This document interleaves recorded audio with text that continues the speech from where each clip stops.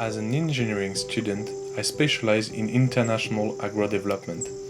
During my third year of study, I was able to carry out a mission of development and ecological engineering in a forest that has always fascinated me as a young naturalist, the Ecuadorian Amazon. It is after several months of research that I reached a small family ecotourism agency located in the city of Téna, capital of Napo region. A French woman married to a traditional Kishwa community leader and their daughter are ready to welcome me into their home for a mission that I consider with great ambition.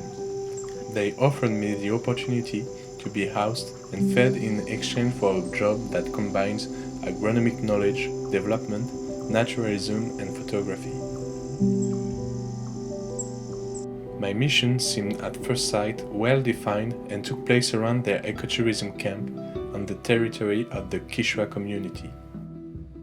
On a 25 hectares plot of forest, I was in charge of carrying out a non-quantitative inventory of large mammals and bird species.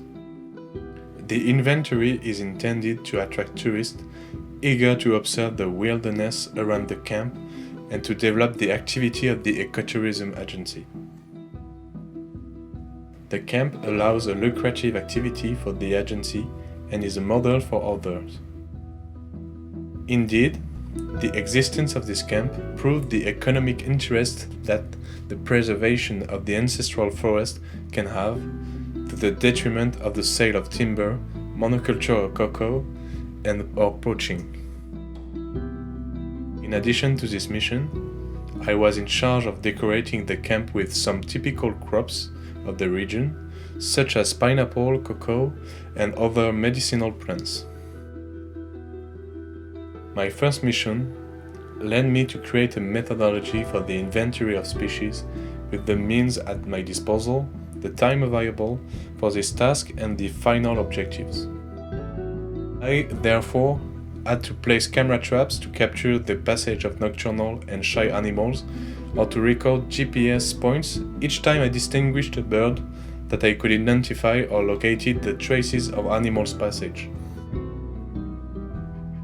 All this accumulated data allowed me to draw up a list of species and create an interactive map of local wildlife.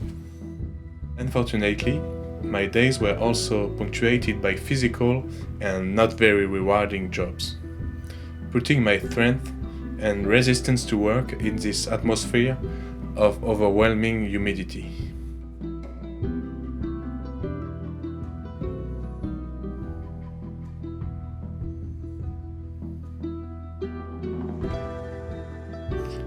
However, I was also able to have incredible experiences and encounters because my photographic skills allowed me to be part of the expedition in the forest among the Guarani indigenous communities.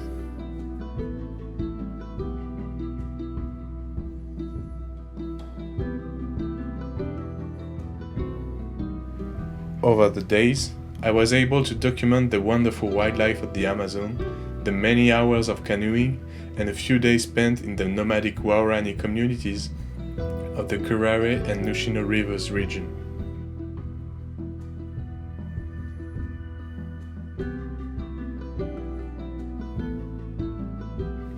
I came back from my internship absolutely drained of my energy, with a lot of regrets about my relationship with my internship masters and their insincerity in their ecotourism and development approach.